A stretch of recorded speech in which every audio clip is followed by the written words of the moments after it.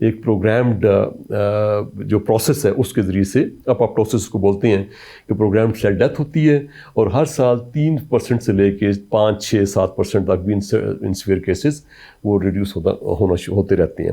جب ہر سال ایک پیشنٹ کے پینکریاس جو اندر کی انسولین ہے اس کے لیول کم ہوتے چلے جاتے ہیں، تو ہمیں ہر کچھ عرصے کے بعد تھوڑی سی ٹیون کرنی پڑتی ہیں چیزیں، اور جو ٹریٹمنٹس ہے اس کے اندر تبدیلیاں کرنی پڑتی ہیں. یہی بات ہے آپ نے دیکھا ہے کہ جو بڑا ممکن ہے کہ ایک ڈائبیٹک پیشنٹ جو ہائپر ٹینشن پیشنٹ ہے بلڈ پریشر کا، وہ مے بھی کہ اس کو ایک دوائی آپ نے دے دیا، اس کا 10 سال تک وہ ایک ہی دوائی بہترین چلتا رہے گا. لیکن ڈائبیٹک پیشنٹ کو سیم گروپ آف میڈیسنز 2 مہینے آپ کو ٹیلر کرنا ہوتا ہے، آپ کو ٹیلر کرنا پڑتا ہے ہر کچھ ٹائم کے بعد، 2 مہینے 3 مہینے 4 مہینے کے بعد. شروع میں زیادہ تیز فریکوینٹلی کرنا پڑتا ہے، لیٹر آن آدمی ایمپاورڈ جب ہو جاتا ہے پیشنٹ خود بھی کافی ٹرینڈ ہو تو پھر وہ اس کو سمجھا دیتے ہیں کہ آپ نے اس طرح سے اس کو مینیج کرنا ہے. تو it's a progressive disorder, اور اس کے بارے میں یہ بالکل نہیں سوچنا چاہیے کہ اب ایک دفعہ یہ دوائی شروع ہوگی تو میں نے پوری زندگی اسی کو کھانا ہے اور یہی چلتا رہے گا سارا کچھ. تو اس کا مطلب یہ چیک کرتے رہیں گے نا ساتھ ساتھ، تو ڈیلی چیک کرنے سے آپ کو پتہ چلتا رہے گا کہ میرا جو ڈیزیز کیسے پروگریس کر رہی ہے. جی ناظرین، ڈاکٹر ارشد محمود میاں کے ساتھ ہماری ڈائبٹیز پہ گفتگو جاری رہے گی. یہاں وقت ہوا ہے چھوٹے سے وقفے کا. Let's take a short break.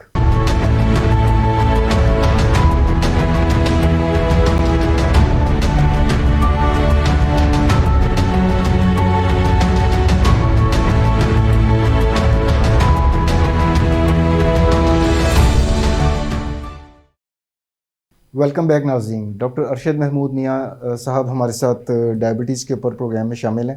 اچھا سر، آپ نے جس طرح ابھی فرمایا کہ ایک شوگر کے مریض کو 365 دن بلا مبالغہ ناشتے سے پہلے اس کو اپنی فاسٹنگ بلڈ شوگر چیک کر کے ریکارڈ میں رکھنی چاہیے. بالکل ٹھیک.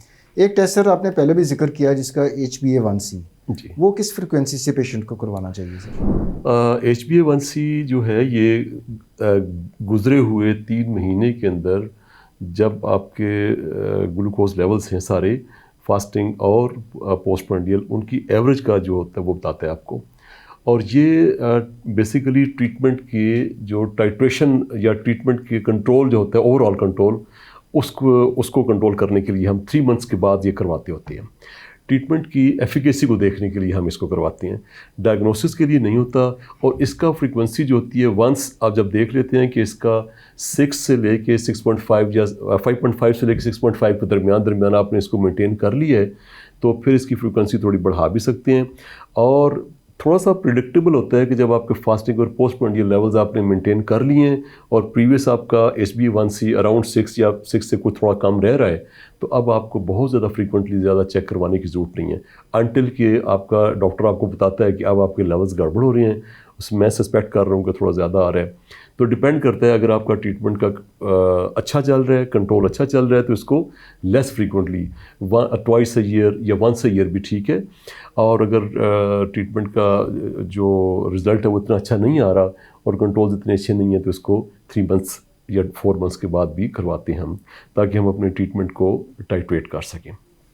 تو سادہ الفاظ میں سر پہلے سال کم از کم ہر 3 ماہ بعد کروا لیں. جی، جنرلی اسپیکنگ ایسے کہہ سکتے ہیں. اور اس کے بعد ڈپینڈ کرتا ہے کہ جو ادویات آپ نے پیشنٹ کو دی ہیں وہ اپنا کام صحیح طریقے سے کر رہے ہیں، پیشنٹ بھی اپنے اینڈ کے اوپر احتیاطی تدابیر اختیار کر رہا ہے. اور بلڈ شوگر لیول جس نے آپ نے فرمایا کہ فاسٹنگ اگر اس کے نارمل رینج میں آ رہے ہیں تو اٹ مینس کہ غالب امکان ہے کہ HbA1c بھی کافی حد تک نارمل ہوگا، تو پھر 6 ماہ بعد کروا سکتے ہیں. اور کلینیشین آپ کا وہ ڈیسائیڈ کر لیتا ہے کہ اب مجھے اس کا HbA1c کروانا چاہیے یا نہیں کروانا چاہیے. اچھا سر، اب ہم آتے ہیں کمپلیکیشنس کی طرف. جی، کہ جس طرح ڈائبٹیز کو مدر آف آل النیسز بھی کہا جاتا ہے، جی، اور میڈیکل فریٹرنیٹی تو بہت اچھے طریقے سے جانتی ہے، آپ ایکسپرٹ ہیں چونکہ ڈائبٹیز کے. تو میں چاہوں گا کہ ناظرین کے لیے آپ جو شوگر کی کمپلیکیشنز ہیں کہ کون کون سے آرگنس کو شوگر ٹارگٹ کر سکتی ہے. ڈائبٹیز کی جو کمپلیکیشن ہے ڈاکٹر صاحب، یہ 2 طرح سے ہم کرتے ہیں، ایک مائکرو ویسکولر اور ایک میکرو ویسکولر جو کمپلیکیشنز ہوتی ہیں. لیکن عام سننے والوں کے لیے آپ یہ سمجھ لیجیے کہ ٹاپ ٹو باٹم یہ جسم کے ہر حصے کو متاثر کرتی ہے. اگر یہ رزلٹ پھر اوپر سے شروع ہو جاتے ہیں تو ہاں، تو آپ اوپر سے برین کے لیے شروع کر دیے، خدا نخواستہ فالج بھی ہو سکتا ہے اس کی وجہ سے. پھر آئیز ہیں، ریٹنوپیتھی ہوتی ہے. پھر اس کے بعد نیچے ہارٹ پہ آ جائیے تو ہارٹ ڈیزیز ہو جاتی ہے، بلکہ آپ نے سنا ہوگا کہ جس آدمی کو ٹائپ 2 ڈائبٹیز ہو جاتی ہے تو ہم اسے کہتے ہیں کہ اس کا ایک ہارٹ اٹیک ہو چکا ہے، اور اب اگر ہوا تو اس کا یہ سیکنڈ ہارٹ اٹیک ہوگا۔ تو کارونری آرٹری ڈیزیز ہو سکتی ہے، پھر اس کے بعد کڈنیز پہ چلے جائیے، بلکہ اس سے پہلے آپ لیور کو دیکھ لیں تو لیور پہ فیٹی لیور ہو جاتا ہے، اس سے پہلے اوپر آپ اسٹمک کو دیکھ لیجئے تو گیسٹروپریسس ہو جاتا ہے، اس سے پھر نیچے کڈنیز کی طرف آ جائیے تو آپ کی نیفروپیتھی ہوتی ہے، اور اینڈ سٹیج رینل ڈیزیز ہو جاتی ہے، کڈنیز فیل ہو جاتی ہیں۔ اس کے بعد پھر مطلب باقی جسم کے جو اعضاء ہیں اس میں ڈائبیٹک پولی نیوروپیتھی، پھر آٹو نیوروپیتھی، یہ جو ہوتی ہیں آپ نے دیکھا ہوگا کہ جو ہمارے اعصابی نظام ہے جی کہ پیشنٹ کے جو ڈائبیٹک فوٹ السر ہے، یہ اس کا ایک آؤٹ کم ہوتا ہے ڈائبیٹک پولی نیوروپیتھی کا، کہ پاؤں کے اندر سینسیشنز کم ہو جاتی ہیں، پھر ہاتھ پاؤں سنسناہٹ ہونا شروع کر دیتی ہے پاؤں کے اندر۔ جس وقت آٹونومک نیوروپیتھی کا مطلب یہ ہے کہ پاؤں کے نیچے جو حس ہوتی ہے وہ بالکل ختم ہو جاتی ہے، اور جو رسپانس ہوتا ہے پاؤں کا اونچی نیچی جگہ کو فیل کرنے کا وہ بھی ریڈیوس ہو جاتا ہے۔ پیشنٹ کو پوسچرل ہائپوٹینشن ہوتی ہے، کھڑے ہونے پہ چکر بھی آتے ہیں، چلتے چلتے وہ ڈگمگا بھی جاتا ہے پاؤں، اس کو پراپرلی جو بیلنس جو پاتھ وے ہوتا ہے وہ ڈسٹرب ہو جاتا ہے۔ عام آدمی جس کے پاؤں میں کوئی پرابلم نہیں ہے، سن نہیں ہے، اس کے پاؤں کے نیچے کوئی ریت کا ذرہ بھی آئے تو وہ اس کو پتہ چل جاتا ہے، جب کوئی نوکیلی چیز لگی ہے تو فوراً مائنڈ کو جائے گا، اونچی نیچی جگہ ہے تو آپ ایڈجسٹ کرتے ہیں، آپ کا بیلنس سسٹم اس کو ایڈجسٹ کر لیتا ہے۔ لیکن ایسی پوزیشن بھی ہوتی ہے کہ ہمارے پاس اس طرح بھی لوگ آتے ہیں کہ کیل اندر چبھی ہوئی ہوتی ہے، 1-1 انچ کیل اندر گئی ہوئی ہوتی ہے اور پتہ ہی نہیں ہوتا ہے، اور ایکس رے پہ پتہ چلتا ہے کہ یہ اس کا تو یہ پوزیشن بنی ہوئی ہے، کیل ہوتی ہے، بعض دفعہ سوئیاں اندر چبھی ہوئی ہوتی ہیں، پاؤں جل جاتا ہے پیشنٹس کا، بعض دفعہ سائلنسر کے بائک پہ بیٹھے آپ، سائلنسر پہ پاؤں رکھا پتہ نہیں چلتا پاؤں جل گیا۔ گرم پانی ہے، وہ اس سے تیز گرم پانی سے پاؤں دھویا، پاؤں کو کوئی پتہ نہیں چلا کہ کتنا گرم ہے، وہ پاؤں جل گیا۔ بعض دفعہ آپ مسجد میں باہر صحن سے باہر آپ نے جوتا اتارا، جون جولائی کا مہینے ہے، اور بڑے مزے سے فرش پہ چلتے چلتے اندر پہنچتے پہنچتے آپ کے چھالے بن گئے پیشنٹ کے، اور پتہ نہیں چلتا۔ اسی طرح سردیوں میں پیشنٹ جو ڈائبیٹک پیشنٹ ہے جس کے اندر ایڈوانس سٹیج ہوتی ہے نیوروپیتھی کی، تو اس میں بالکل پتہ نہیں چلتا پیشنٹ کو، تو بعض دفعہ پیشنٹ ہیٹر کے سامنے پاؤں رکھ کے گرم کر رہا ہوتا ہے، وہ اتنے نزدیک کر لیتے اسے اندازہ نہیں ہوتا کتنے، تو پاؤں جلا بیٹھتے ہیں، اور کئی لوگوں کے پاؤں کٹتے ہیں ہر سال اس وجہ سے۔ تو یہ وہ کمپلیکیشنز ہیں جو کامنلی انکاؤنٹرڈ ہوتی ہیں، کامنلی ہمیں پتہ چلتی ہے۔ ریٹنوپیتھی، آئز، کارونری آرٹری ڈیزیز، نیفروپیتھی، اور آپ کا السر، ڈائبیٹک فوٹ السر، یہ وہ چیزیں ہیں جو ہمارے ہاں تو بہت زیادہ، اور ایمپوٹیشن بھی بہت زیادہ ہوتی ہے۔ Amputation as a result of uncontrolled diabetes اور انٹریٹڈ یا پرولونگڈ آپ کو السر ہوتا ہے، اس کے واسطے کا آؤٹ کم یہ ہوتا ہے۔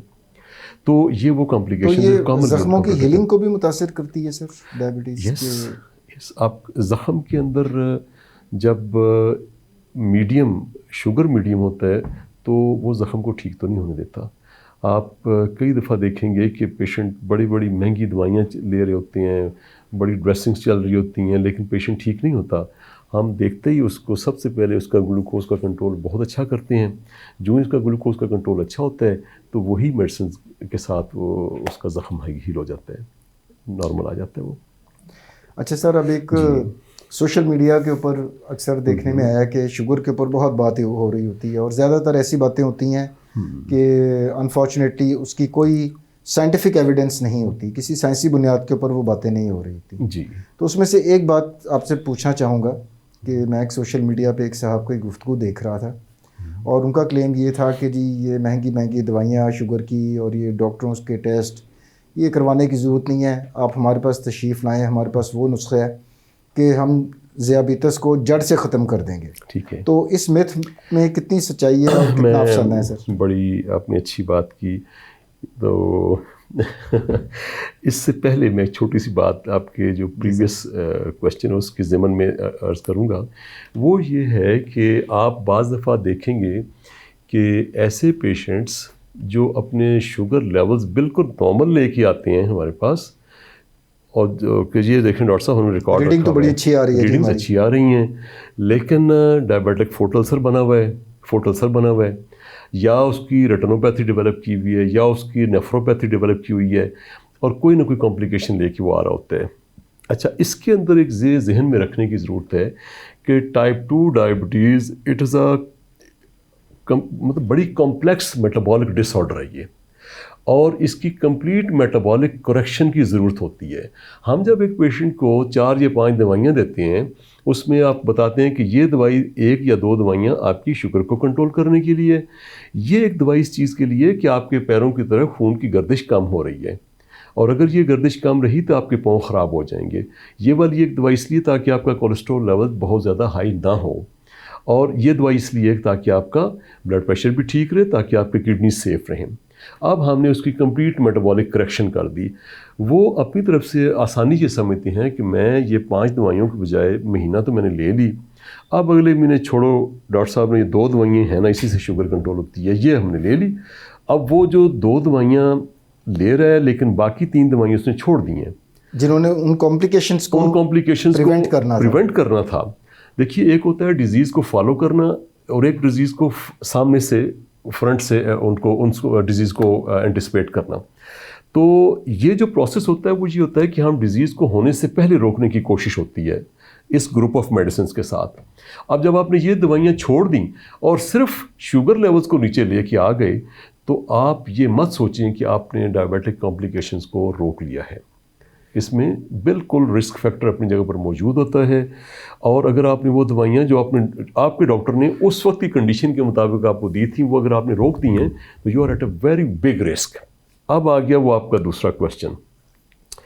ڈاکٹر صاحب، میں بڑی محبت سے ایک عرض کروں گا کہ پہلی بات تو یہ ہے کہ یہ قسمت کی بات ہے، جس آدمی نے نقصان اٹھانا ہے وہ نقصان اٹھا کے رہے گا. آپ ہزار اس کے سامنے دیکھیے، جون جولائی کا مہینہ ہے، اور اگر میں سویٹر پہن کے دھوپ میں کھڑا ہو جاؤں گا تو مجھے ہر بندہ کہے گا کہ یہ ٹھیک دماغ اس کا نہیں ہے.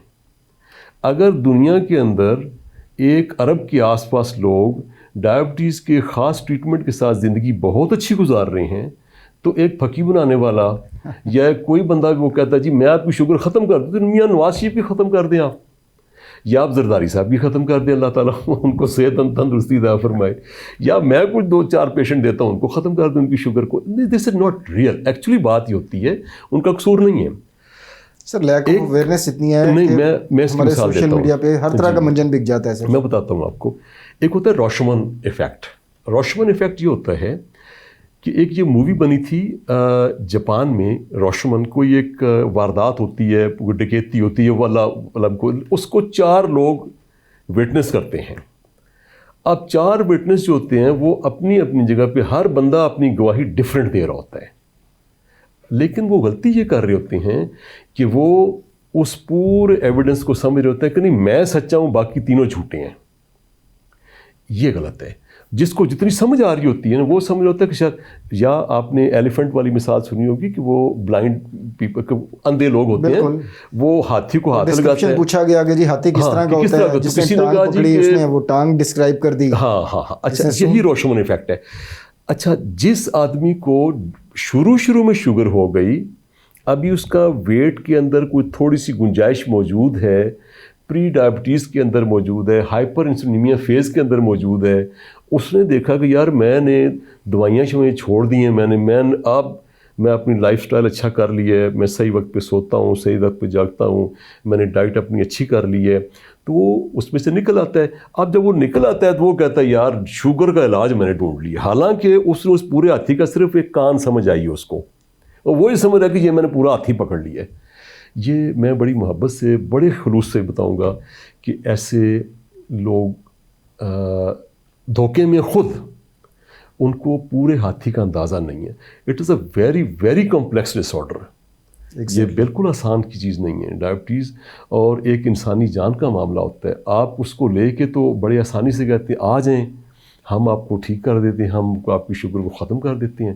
نہیں، پوری دنیا کے اندر 1 ارب سے زیادہ لوگ ہیں جو متاثر ہیں ڈائبٹیز سے، اور ہمارے پاس جو کمپلیکیٹڈ کیسز آتے ہیں نا تو پھر وہ ہاتھ میں پھول جاتے ہیں لوگوں کے ان کو ہاتھ ڈالتے ہوئے. تو تو دس از ناٹ ٹرو.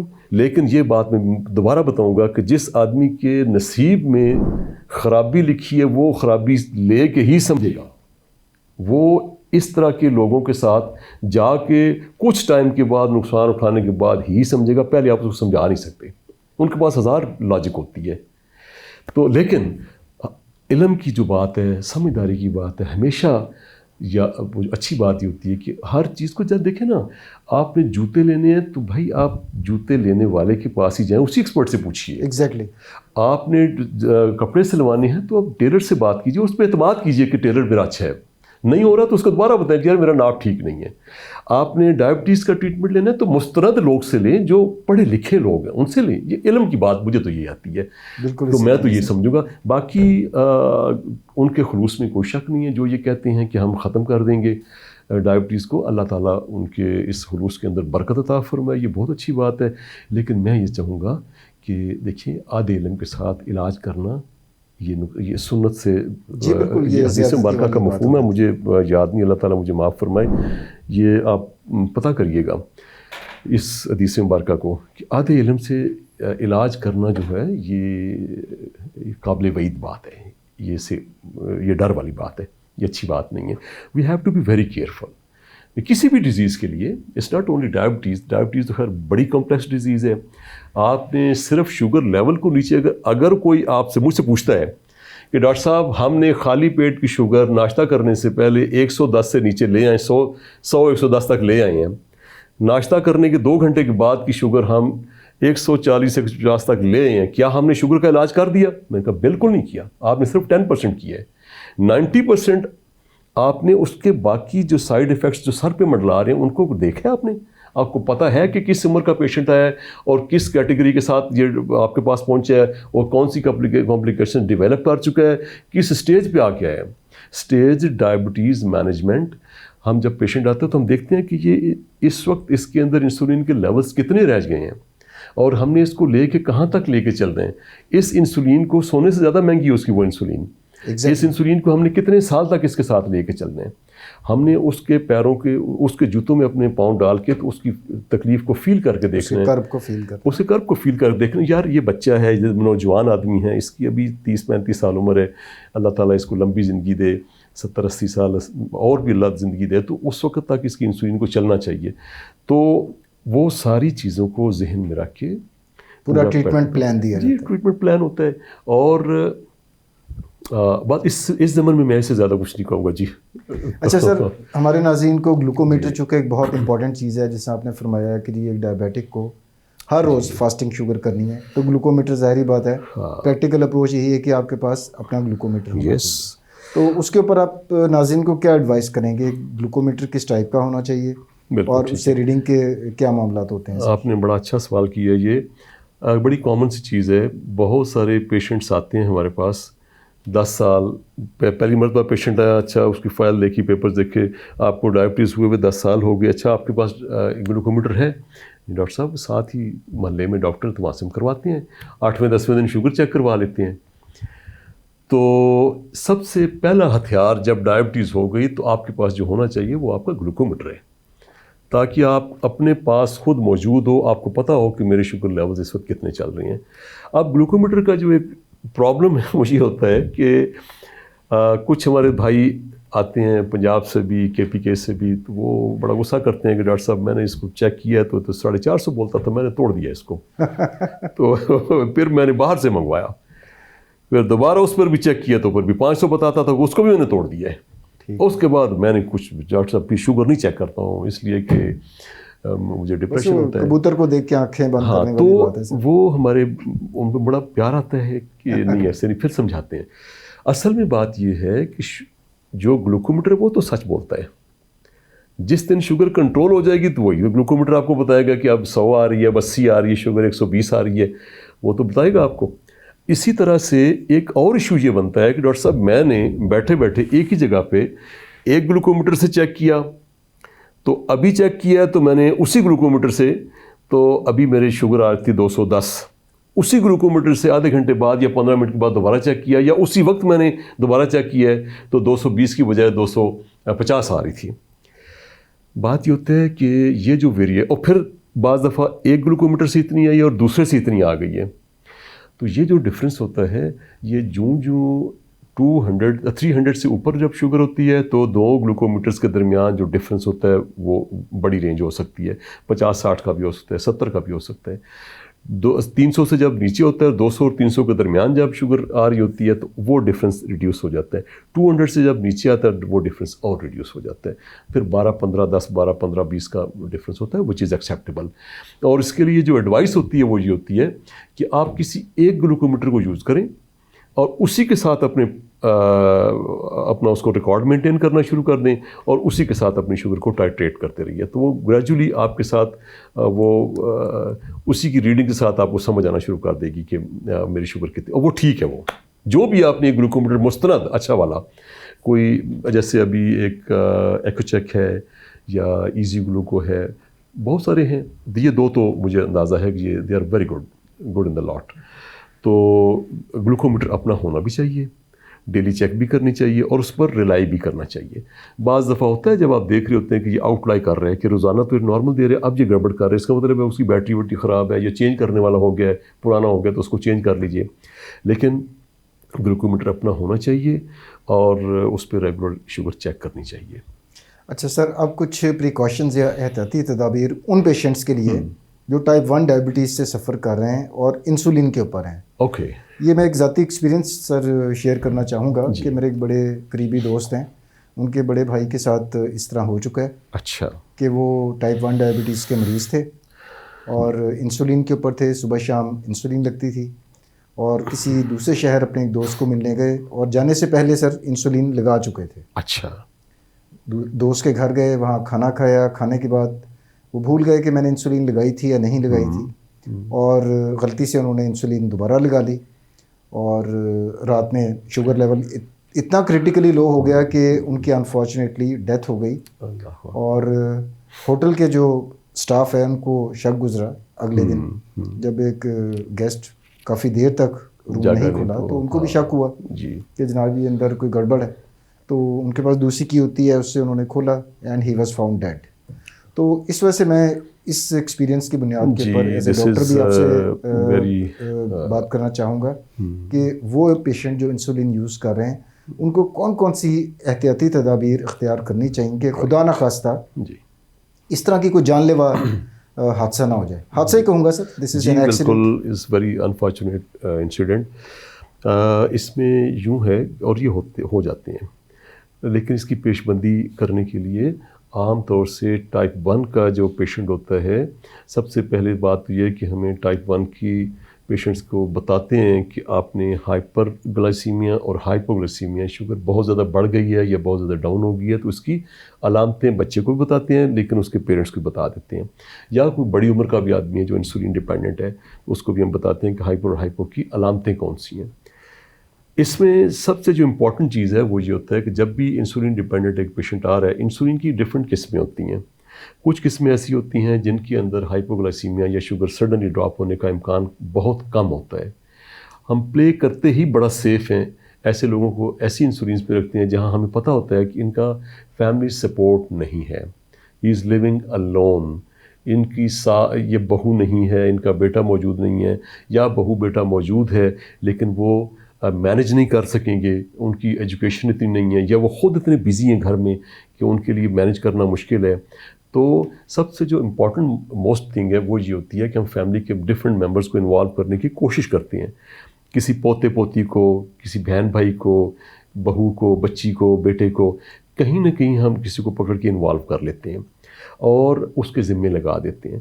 اس کے بعد ٹائمرز ہوتے ہیں کہ ٹائمرز ہم نے بتا دیتے ہیں کہ آپ کو ٹائمرز کے مطابق انسولین کی مینجمنٹ کرنی ہے.